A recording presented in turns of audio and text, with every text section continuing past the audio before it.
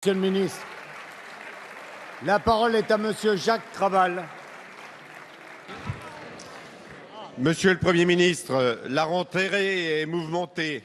Pouvoir d'achat, fiscalité, chômage, licenciements sont hélas à l'ordre du jour. Ainsi, à Château-Thierry, le groupe GEA, plus de 20 000 salariés dans le monde, délocalise son segment Farm Technologie Acier vers le Pays-Bas. Et ce groupe a perçu du CICE. Ainsi, la pérennité du site de Château-Thierry, ses 300 employés est menacée. Votre ministre de l'économie est informé de cette situation. À ces inquiétudes récurrentes qui datent de plusieurs décennies s'ajoute la deuxième carte régionale avec le rapprochement Picardie-Nord-Pas-de-Calais. S'il satisfait la Somme et Amiens, il provoque dans une grande partie de l'Aisne colère et manifestations. Près de 2000 manifestants samedi à Château-Thierry, commerçants, artisans, agriculteurs, viticulteurs et de nombreux élus de tout le département. Historiquement, culturellement, économiquement, l'Aisne est attirée par Reims, la Marne et par le Champagne. Au XVIIe siècle, déjà, Jean de La Fontaine déclarait qu'il était un homme de Champagne. Si la carte idéale n'existe pas, nous pouvons l'améliorer. Certains de vos ministres ont déclaré que des modifications seraient possibles. Des solutions existent. Au-delà du droit d'option prévu, qui n'était qu'un leurre, permettons aux départements qui le souhaitent, comme l'Aisne, de pouvoir quitter dès maintenant leur région d'origine pour une nouvelle région plus cohérente.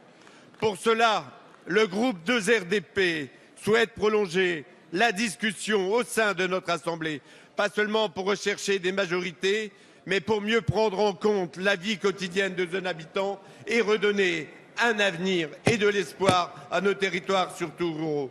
Monsieur le Premier ministre, y aura-t-il une deuxième lecture sur cette réforme et cette carte pourra-t-elle encore évoluer? Merci. Merci, monsieur le député. La parole est à monsieur Bernard Cazeneuve, ministre de l'Intérieur. Monsieur le député Kraval, merci infiniment pour cette question dont je rejoins d'ailleurs dans ma réponse beaucoup des préoccupations qu'elle exprime concernant la nécessité d'abord de faire en sorte que sur cette réforme territoriale, nous puissions, dans la concertation et le dialogue, faire en sorte que le texte qui sortira de nos assemblées soit meilleur que celui qui est entré par la dynamique de notre concertation. C'est cela la dynamique parlementaire, c'est cela le respect du Parlement, et que nous puissions le faire dans un contexte aussi qui permette de répondre aux deux questions que vous avez évoquées.